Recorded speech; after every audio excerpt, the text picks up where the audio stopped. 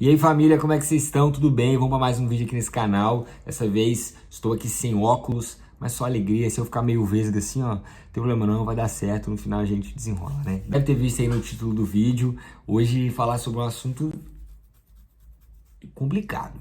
Hoje falar sobre por que existe o mal. E também falar um pouquinho sobre a questão da Boate Kiss, né? Se você não sabe, Boate Kiss aconteceu há um tempo atrás. Foi uma boate, uma balada que pegou fogo e vários jovens morreram. Os que não morreram tiveram sequelas. Foi, cara, assim, mano, parou o Brasil, foi muito triste a notícia.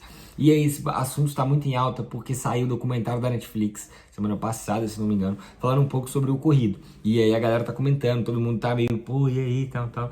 E aí é muito comum quando a gente vê uma tragédia ou algo ruim, a gente pensar assim, cara, onde é que Deus estava, tá ligado? Por que Deus permitiu que isso acontecesse? E eu queria que a gente conversasse um pouco sobre isso. Em 341 a.C., Epicuro de Samos, ele disse assim: se Deus deseja acabar com o mal e ele não pode, então ele não é todo poderoso. Agora, se Deus pode acabar com o mal e ele não quer acabar com o mal, então ele não é bom, ele é ruim. E se Deus pode e quer, então por que ele não acaba com o mal? Por que o mal existe? E aí ele vira para um outro questionamento e fala, então por que a gente chama ele de Deus se ele não acaba com o mal? É um questionamento muito sério. E aí ele começa a se perguntar isso.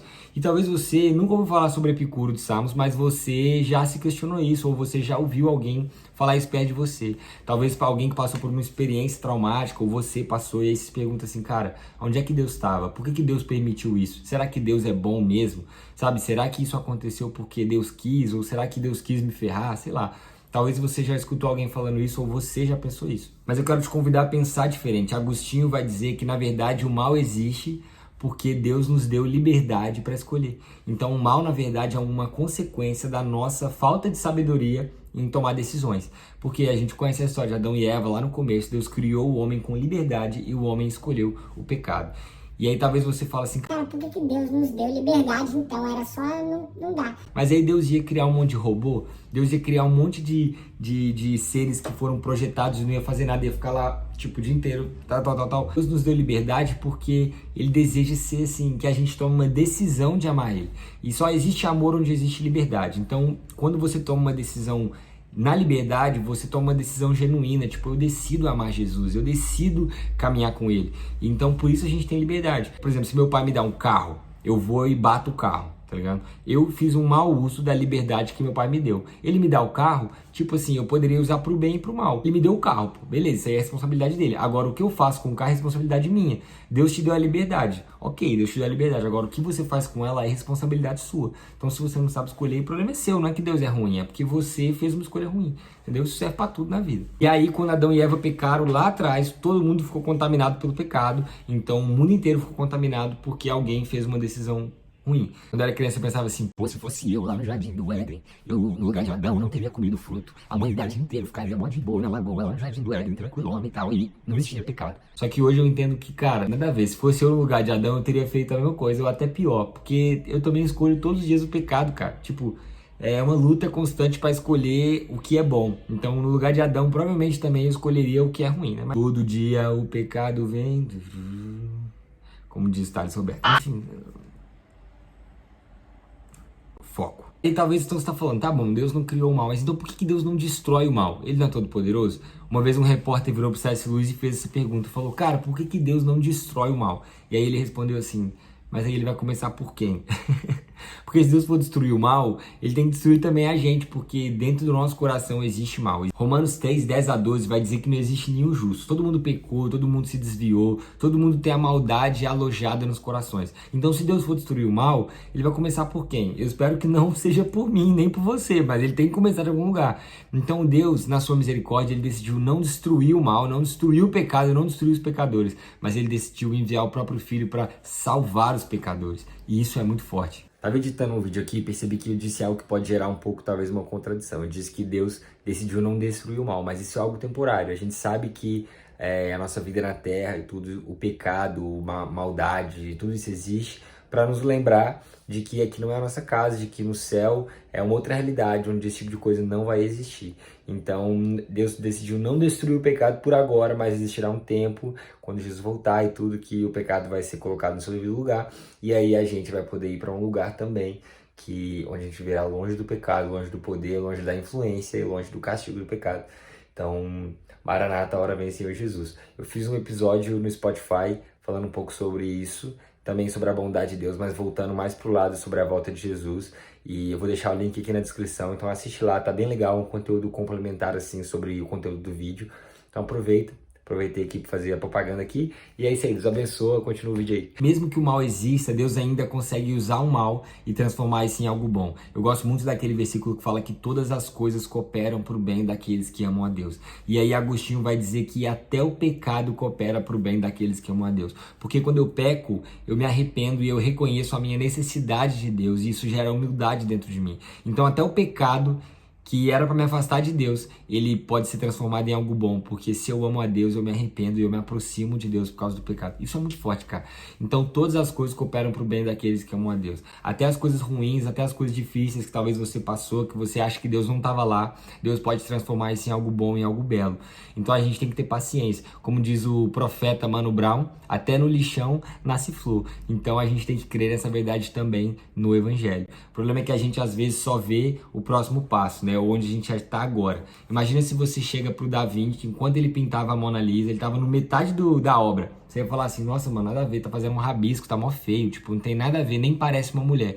Mas é porque o processo estava na metade. Talvez você olhe pra sua vida e você fala assim, pô, nada a ver, o que Deus tá fazendo, vários traumas, várias coisas que eu passei, Deus não liga pra mim. Mas é porque você tá olhando a metade do processo. Deus já viu o fim da sua história, o fim da sua vida, já viu o fim da pintura e ele fez uma obra-prima, com certeza. Então a gente tem que ter paciência para confiar de que até as coisas ruins, Deus vai dar um jeito de transformar elas e transformar em algo bom, em algo belo. Então a gente tem que confiar. Agora falando sobre a Boate Kiss, cara, eu não gosto de me perguntar assim, aonde Deus estava quando tal coisa aconteceu. Eu sempre trago a responsabilidade para mim. Trago não existe, né? Trago é de tragar um cigarro, né? Enfim, eu sempre gosto de trazer a responsabilidade pra mim. Não é aonde Deus estava, é o que eu tô fazendo pra impedir que esse tipo de coisa aconteça de novo. Sabe, o que eu fiz pra impedir que aquela situação acontecesse lá na boate. Sabe, eu não conhecia ninguém ninguém que tava naquela boate eu conhecia. Mas eu conheço vários amigos, várias pessoas que semanalmente estão indo em boates, estão indo em baladas, estão indo em festas e que são exatamente iguais àquela e que poderia acontecer exatamente a mesma coisa. E eu tenho certeza também que pessoas que estavam na Boate Kiss tinham amigos crentes, tinham famílias crentes, alguns ali estavam desviados. Eu fico pensando assim, cara, será que ninguém falou de Jesus para eles? Sabe, será que ninguém pregou o evangelho para eles? Eu fiquei pensando assim, cara, não tem como existir incêndio na boate. Tipo, não tem como ninguém morrer na boate se não tiver ninguém na boate. Então a gente tem que pregar o evangelho para que as pessoas não frequentem esse tipo de lugar, sabe? Eu não posso impedir o que já aconteceu, mas eu posso impedir que aconteça de novo. Os meus amigos que estão frequentando esse tipo de ambiente, eu preciso pregar o evangelho para que eles tomem juízo e parem de viver esse tipo de vida, porque, cara, é muito triste e às vezes a gente transfere a responsabilidade. Às vezes a gente transfere a responsabilidade para Deus, e tipo assim, pô, Deus não fez nada, Deus não se posicionou e tal, mas às vezes é um crente que não se posicionou na escola, que não se posicionou no trabalho, que não se posicionou na faculdade, e aí uma pessoa que estava procurando felicidade, que poderia ter encontrado em Jesus, foi pra balada, lá na balada, deu um problema, encontrou um incêndio, e aquela pessoa nunca voltou para casa, não teve a oportunidade de ouvir de Jesus. Cara, presta atenção, as pessoas que estão ao seu redor, elas precisam ouvir sobre Jesus. Você não sabe a hora que elas vão morrer, você não sabe a hora que você vai morrer, mas a gente também não pode ficar dando mole não. O tempo que você tiver é tempo de pregar o evangelho, a hora que você tiver é hora de pregar o evangelho. As pessoas não precisam saber de uma nova série, de um novo filme, de uma nova roupa que você comprou. Elas precisam saber sobre o Jesus que te comprou, que te salvou. Então você tem que ter pressa para pregar o evangelho. Então a minha pergunta, meu questionamento nunca é, pô, aonde Deus estava? Mas é o que eu tô fazendo, é aonde que eu tô, sabe? A gente tem que trazer a responsabilidade pra gente. Deus não vai estalar o dedo e todo mundo na sua faculdade vai se converter e todo mundo no seu trabalho vai se converter magicamente. Ele não precisa fazer isso. Por quê? Porque ele já colocou você lá. Então o seu dever é de pregar o evangelho, é de convencer essas pessoas, trazer elas para o arrependimento, apresentar o Espírito Santo para elas e trazer elas para que elas parem de frequentar esses lugares, gente. Tipo assim, é muito ruim. A gente não pode ficar esperando perder alguém, uma tragédia acontecer, pra gente acordar pra vida e perceber o quanto as pessoas são importantes, o quanto a vida é breve e o quão urgente é a mensagem da cruz. Então é isso que eu queria conversar aqui nesse vídeo um pouco. Não fique se perguntando sobre se Deus é bom, se Deus ama, se Deus é misericordioso. A gente sabe que sim. Não permita que esse tipo de dúvida, esse tipo de mentira fique assombrando, rodeando a sua mente.